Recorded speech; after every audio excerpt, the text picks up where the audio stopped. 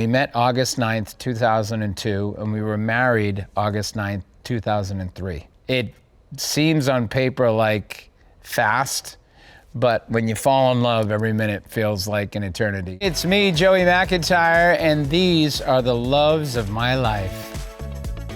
First up, my gorgeous, amazing, incredible, saintly wife. There's no other person on the planet that I'd rather spend time with for a lot of reasons. She's just funny and really smart and really passionate. When I came out to LA, I got a gig on a TV show and I needed a place to stay. And my manager's husband at the time was in real estate. He said, I got this young new girl in the office and she'll show you around, because I was just renting, I wasn't buying. When I moved into this beautiful Craftsman on a walk street in Venice Beach, she came to a block party. So she brought a plate of brownies and she came over and I had like no furniture. I had a bean bag. She sat in the bean bag while I put together a table from IKEA. We ordered a pizza. I had a $10 bottle of wine and a candle because I had no light bulbs. You can't get more romantic than that. And like we kept it light. And Friday after Thanksgiving in 2002, I sat on a bench on the Santa Monica Pier by the amusement park. And I was like, I'm gonna marry this girl. I proposed in April. We lived on the canals in Venice. And it's magical, it's a beautiful little place. And I had arranged to have one of the walk streets filled with rose petals and candles.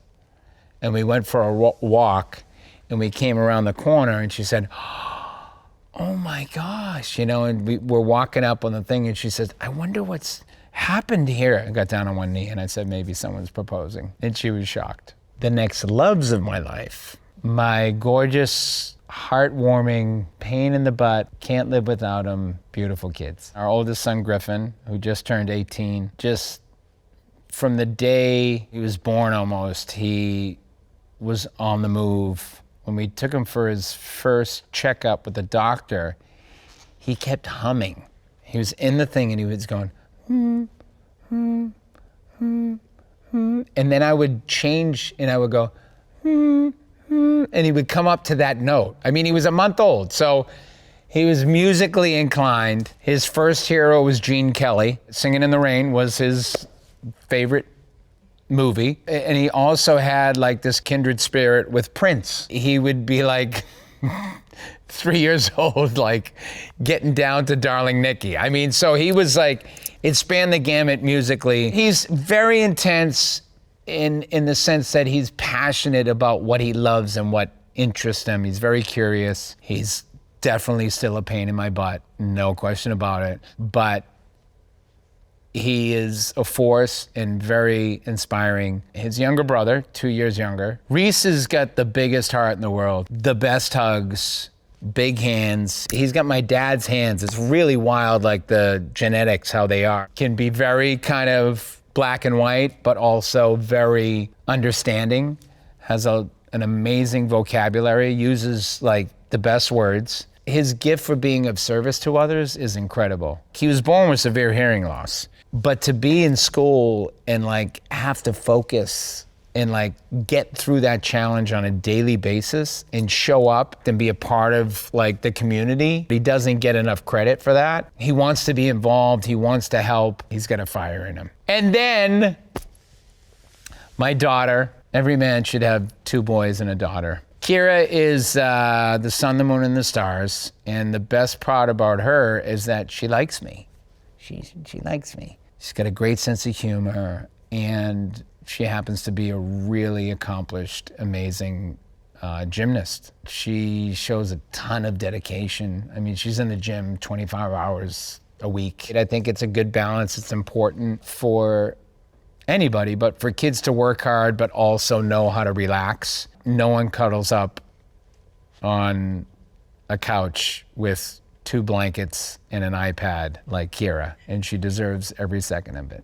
Rhys and Kira grew up together as like toddlers. They're like 2 peas in a pod. They all love to roughhouse. I mean, even Kira, she loves to roughhouse. They can really tick each other off, but They like to have fun and they care about each other, and we like to spend time with each other. Kids are kids, you know what I mean? There's no angels in our home, except for my wife. She's a saint. Okay, so the next love of my life, the Roxer, my Roxy, the one and only fuzz monkey. Shout out to Duncan, who's in doggy heaven. That was our first dog. We got Roxy in New York when we moved to New York a few years ago. She's the only dog in the family who's not an alpha.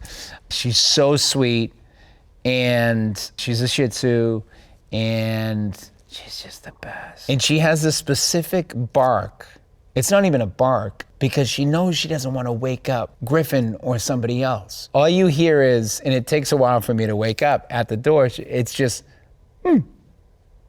and she'll keep doing it, but she doesn't bark. I mean, how smart is that? That a dog knows not to bark, like in the morning. We were not an animal.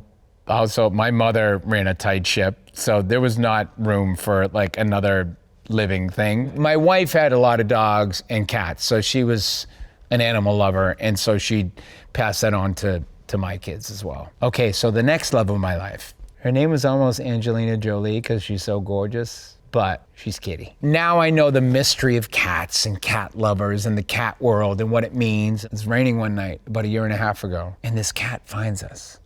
This gorgeous cat. It ends up on the second story on the ledge of my son's window. We started feeding the cat and keeping her outside. We put signs up all over the neighborhood. We brought her to the vet. They cut the ear off a little bit for the catch and release. So I think someone just dropped her off and let her go and hoped she'd find a home. And sure enough, she hit the jackpot. So slowly but surely we're like, but still we should find her a home because she can't come in. She would come into the house every once in a while, somehow. And she'd make a beeline to this side little, it's kind of like a guest room, side room. She doesn't like hang out everywhere else, and she goes outside like every day. And we feed her, and the members of the family that aren't allergic go into that room. And then, you know, when I'm outside, I play with her. And then of course, Roxy is like non-alpha. So it took like over months and months and months. Like they got closer and closer and closer. And finally they like hang out and they're cool. So it's really sweet. The next love of my life, my 1993 Mercedes-Benz. I am the only owner of this car. It's 30-something years old, and it's got 84,000 miles on it. I had the hard top, and I said, if they ever come out with a convertible, I gotta get it. The guy saw me coming, you know what I mean? He gave me nothing for the trade-in. It was dumb because, you know, he knew I was eager. And you always remember car guys, you know, if they're good or bad. And this guy was a putz. But I wanted the car, and I said, take it. It has driven twice now back and forth in the last 6 months to the new kids' Vegas residency from LA. It's been a lot of fun. The next love of my life, the relic of all relics, I am so proud to have these amazing original Boston Garden seats. I'm gonna sound like an old man now because like those relics, it just reminds me of how we used to come together. Like these chairs represent to me a passion for sports and music and community and connection, and like getting to those seats and sitting in those seats and experiencing something really magical. And there were a lot of losses seen from those seats, you know, and there were a lot of championships seen and a lot of concerts. Nowadays we can pull up any image, you know, in any video. Back in the day it was like something like that in a plaque, and that was the experience. That's what obviously conjures up for me. It was a great venue and just the cornerstone of being a Bostonian, and a lot of history there. I mean, it's special to play Boston no matter what in any venue, but to grow up in the city and then go into that venue and play it, and those buildings were so old. All the greats played there. Those times and the grit on them, I mean, act after act and game after game. It's cool to, you know, have that connection. Okay, so the next love of my life, this one's super special. From my guys, the rest of the new kids, an amazing 50th birthday present. My guys, the other new kids, Donnie, Danny, Jordan, and John, they came to my 50th birthday at Carnegie Hall. They performed. It was an amazing night, and they surprised me with a framed jersey, number 50, with all the Celtics signing it. And that's one heck of a team. It's a perfect little setup. You got the chairs and then the jersey above it. And it was really sweet of the guys to, you know, make that happen. We're Boston guys, you know what I mean? We came from the streets of Boston. It was lightning in a bottle in so many ways, but a huge part of our story is being from Boston and being from 4 families that were working class families. So our parents were, you know, kind of that greatest generation vibe, a little older than that, but just like gave us the work ethic and gave us the edge and the grit to want to go after it and to want to show up and to prove ourselves and spread joy. They were happy, joyful, hardworking people. I think that was a big part of the puzzle, and that's Boston. It's hard scrabbled,